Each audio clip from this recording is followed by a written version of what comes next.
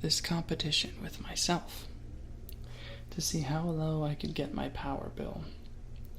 This was when I first lived in an apartment on my own a couple of years ago. And the lowest that I managed to get it was $11 in a single month. And most of that was accomplished by unplugging everything when not in use. I didn't run my refrigerator because I didn't need to. I ate either dried things or produce.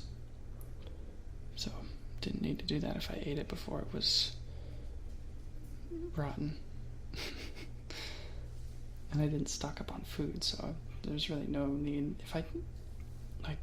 When I was using my refrigerator, there was so little food in it that it would just always be cooling. And that's expensive. Refrigerators aren't very efficient. So my first step was I went and I got a whole bunch of giant bottles of water, and I just stocked the whole fridge with those.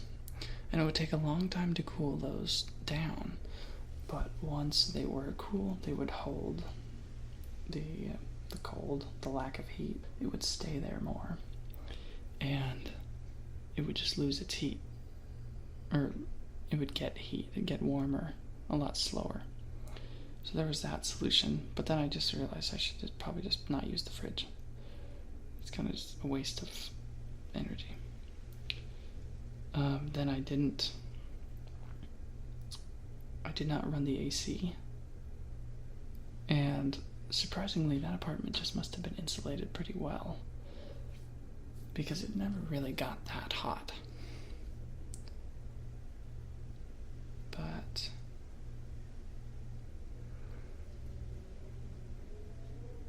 this apartment, this new one, which I moved into yesterday, no, 2 days ago, is very poorly insulated. Also, my bedroom window can't close all the way, and I don't know why. So yesterday, as I was baking in my apartment, I just happened to glance at the thermostat, and my apartment was 90 degrees. But it may have been hotter than that. That was just the top of the thermostat. It just couldn't go any higher. So, it's not that bad. It's still cooler than outside.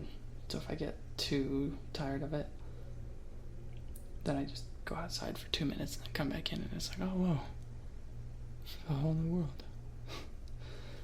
But it has its advantages and disadvantages. I think one advantage that I didn't expect is that I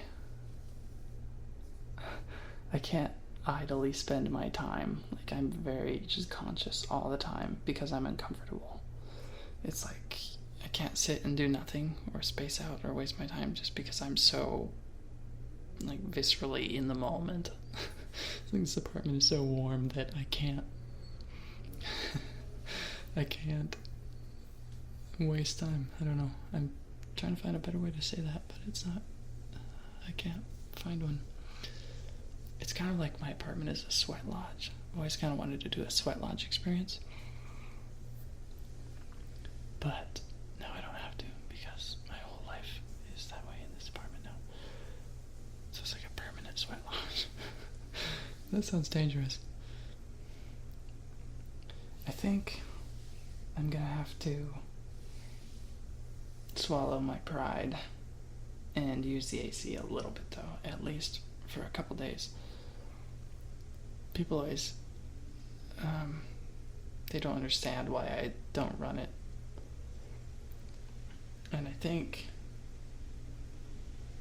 for a while it was just because I thought like in my first apartment, it was because I thought, well, if it doesn't bug me that much, like if I don't have to be 70 degrees comfortable, then like I'm willing to be a little uncomfortable to save money and energy. Like that's not a big deal to me. But also I think that in choosing to live in a climate this hot, I kind of have to just pay the consequences. Like, I think this apartment is so poorly insulated that it's a huge waste to try to cool it. Especially when it gets so hot, it's like the AC just can't win. So it's I don't know, it just feels like a losing game to try to cool this place. Unless I kept it cool throughout the day. Like, if I wait until the afternoon when it's really hot to try to cool it, then there's no hope. But maybe if I started it in the morning and just let it stay cool throughout the day instead of getting really warm, maybe that would work. I don't know. But I do keep it cool when I have guests. Mostly for them, because people would hate me if I demand that they spend time in a 90-degree apartment. I don't think I know anyone that would be willing to do that besides me. And I don't know why I'm willing. I do, it's just, I'm just dumb. It's very windy. I'm not sure if you can hear that. There's been some interesting monsoons. Last night was kind of hellish. Because I learned that my body just doesn't want to go to sleep when it's 90 degrees or more in my bedroom. And there's a crazy monsoon outside. Eventually I had to wear both a sleep mask because there was so much lightning that it was very, like, it would lighten up. It would light up my whole room for brief moments. And then, it's just disturbing, I don't know. And earplugs because there was so much rain and thunder. Most of the lightning was pretty far off, so it wasn't that bad, but once or twice there was some really loud ones. But there was so much rain. Well, actually that's not true. But very few times have I heard so much rain in Tucson. It was like the kind of rain where you just have to wonder who angered God. Like, why? How are the skies capable of holding so much water? And there was this pressing little thought in my head that I did have my car windows rolled down a little bit. Just a little bit. So, just a little bit. Mostly because if I keep them all the way up, then my car is just gonna bake. And I don't drive that much, so it's not a big deal, but I wonder if it'll, like, damage the car over time. So, I don't know. But fortunately, there were no water damages when I checked this morning. So that's lovely. My oh my. Desert climates, how interesting.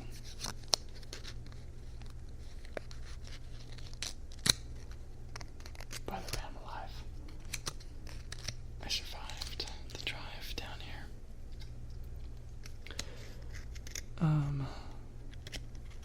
I actually experienced a monsoon outside of Flagstaff when I was driving, and that was actually kind of scary because I had my windshield wipers on full blast, as high as they could go.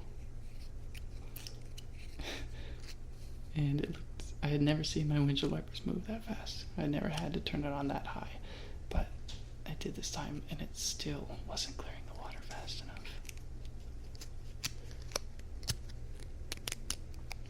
So much rain. It was like I couldn't see where I was going when you're driving 75 miles an hour down forest roads, downhill, curvy, windy forest roads. That's a little scary. But apparently other people aren't quite as fazed by it as I was, because people still wanted to pass me. I was really close to pulling over, but I could see blue sky in front of me. So I knew that if I kept going, it wouldn't be long before I was out of it. And that was true. But for a few, maybe 5 or 10 minutes, I was making the stupid decision of driving in unreasonable circumstances. Not unreasonable, what's the word? I don't know.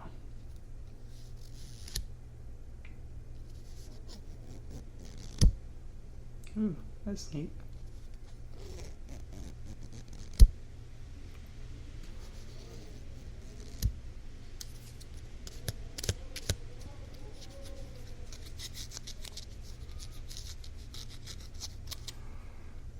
So, if you happen to see me on camera in any of my next videos, you'll understand why I'm not wearing a shirt.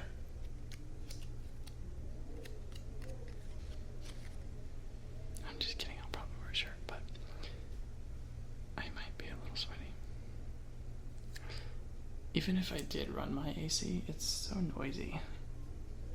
Actually, other people's ACs are kind of noisy too. The reason that I'm recording this right now is that it's surprisingly quiet here, apart from the wind outside. Still don't know if you can hear that. It's like a howling wind.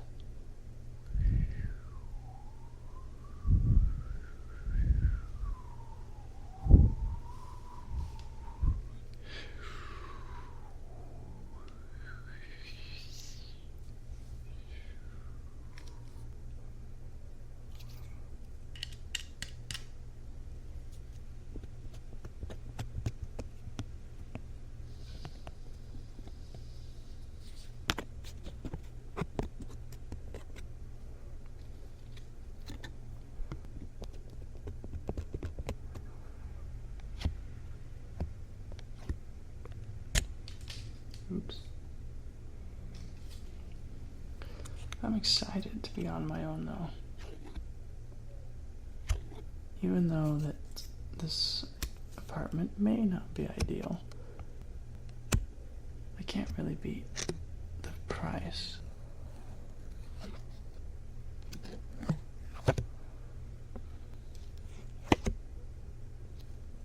I mean, I've been in worse situations before.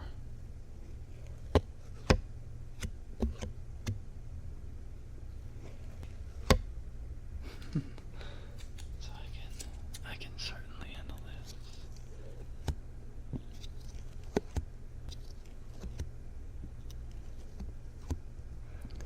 But I'm excited. I don't have anyone to answer to. I can be myself. I can do whatever I want. No one is my master. And really, no one was my master before. It's just things are complicated. But now they can be simple again. And I may do as I please. Without the wandering eyes. Except you guys. Your eyes can wander over me if they want, I guess. Just don't wander for too long. Then things might get strange.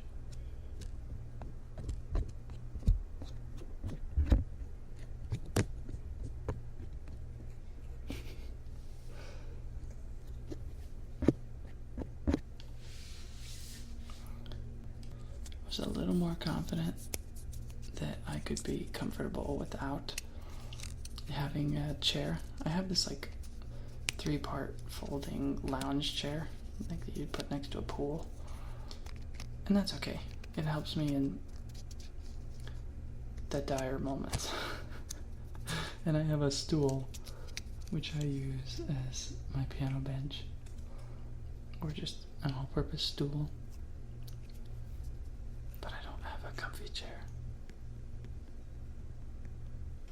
Actually, the bed I got is this 3-part folding mattress. And it's supposed to be able to fold into a couch, to a floor couch. But I haven't tried that yet.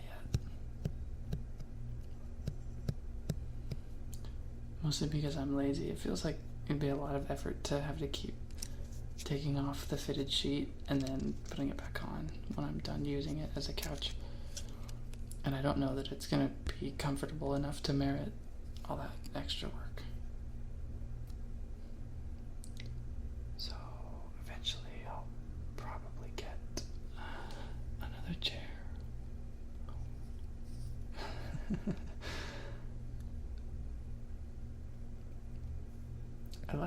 I don't know, people know lots of things about me that I've said in my older videos, but I have no idea what I've said in them. Like, it's been far too long for me to remember that kind of thing. But I'm very, very minimalistic. And I don't like having things. I always feel like I own too many things. And it drives me crazy. So I'm having to kind of back off a little bit on my minimalist tendencies. I'm gonna have to get some pieces of furniture. I wanted to do this thing where I could have everything that I own fit in my car. So if and when I decide to move places, I can just pack it all in my car and then leave, and then we're good. And that's exactly what I did this time. And it worked okay, but my car was so full. It's amazing. I wish I took pictures. But I have too much stuff. So I made a pact with myself that I will leave this apartment with less things than I arrived. And even though I'm going to get furniture, I'll probably get things that I have no attachment to. Like, I will get things with the intention of getting rid of them before I go somewhere new. Or just giving them away, or taking them to a thrift store. I don't know. I'll get rid of them somehow. Or if I find variations that are easy to transport, like there's those really simple inflatable couches. Calling it an inflatable couch is kind of like too much credit for it. It's just a bag of air, but apparently they're decent comfortable. So I think I might do that.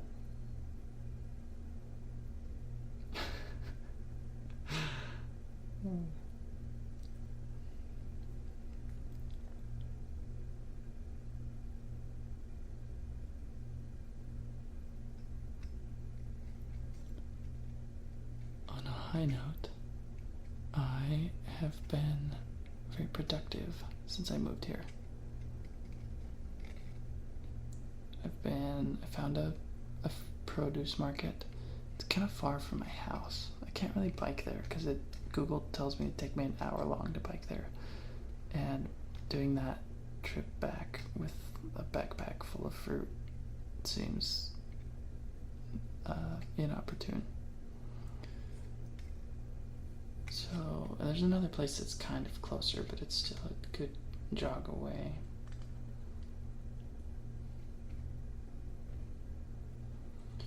So I found where I'll get some food, changed my address, went to the library today. I want to start an Esperanto study group.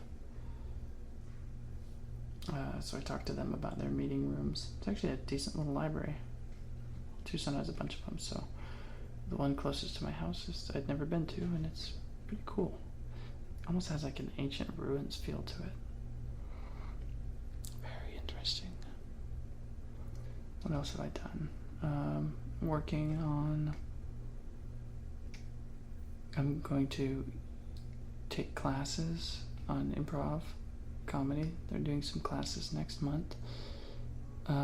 Working on trying to get a scholarship so I don't have to pay as much for them, but I don't know, maybe I'd be willing to pay it anyway if I got denied or whatever. Today was my first day at work. Work went smoothly. With my first 2 transfers, there's always hiccups and headaches that kind of happened along the way, but nothing inconvenienced me today besides not being able to get in immediately, but that's expected. And on my lunch break, I was out in the back sitting and chatting with some co-workers, and then there was the cool green beetle. He was pretty big, and he flew it around and he landed on the side of my head, on my face, and I didn't know what it was. I didn't see him clearly. He kind of bumped into me, and I tried to turn to see, and then he just landed on my head. So I was like, guys, what's on my head? What is this thing? And I don't know, I was calm about it. I don't really care. I didn't feel like he was gonna get me. And then he hung out there for a minute, and then he flew off, and he landed on the banana that I was eating, on the peel of it. And oh man, it was like dream come true for this guy.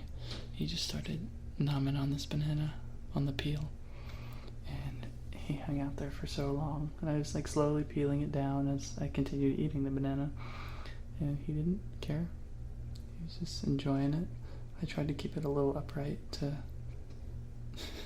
not inconvenience him. And then one of the girls that was next to me, she got out a pair of scissors and she cut off part of the banana peel, and we set it on the concrete, not on the ground, but on part of the short little wall that was around the area. And he just stayed there, ate the banana peel for a while. He was really cool looking. His shell was almost metallic. It was very nearly reflective. And that was neat. And I wanted to pet him, but I didn't know if he'd like it, so I didn't. And then after a while, the girls left, and I was finishing my food before I went back up too. And then this beetle gets, I don't know, he's done with the banana. He's drunk and on the fructose, and he finishes the banana, and then he flies into my hair, and he gets kind of tangled in my hair. And I don't know what he was doing, but it was like when he moved around in my hair, it would tickle me, and so I wasn't really enjoying the experience. So I got my hand up there, and I'm trying to get him to crawl on my hand so I can get him off my head. And I finally get him onto my hand, and his legs they're kind of sharp. It's almost like they have little tiny hooks or claws in them. So when he crawls around on my skin, you can really feel it. It doesn't really hurt. It feels really strange. I don't know how to describe it. And so I'd get him on my hand, and then I was trying to set him down on the banana again. I was trying to distract him. But then he decides that my hair is still cool, and he flies immediately onto my hair again and tries to burrow into it, or I don't know what he's doing. So then at that point I was like, okay, I'm done. It's time to go inside now. So I get him off, and then I set him down again, and then he brings one of his friends, and they're both trying to get in my hair, and that's just, I'm not having it. So I threw the banana peels away, and then I kind of waited for a good moment and ducked back into the office. I haven't looked at my head, actually. Maybe there's still one chilling up there that I missed. But he's been pretty quiet and non-mobile. that's the case. I'll be okay with that.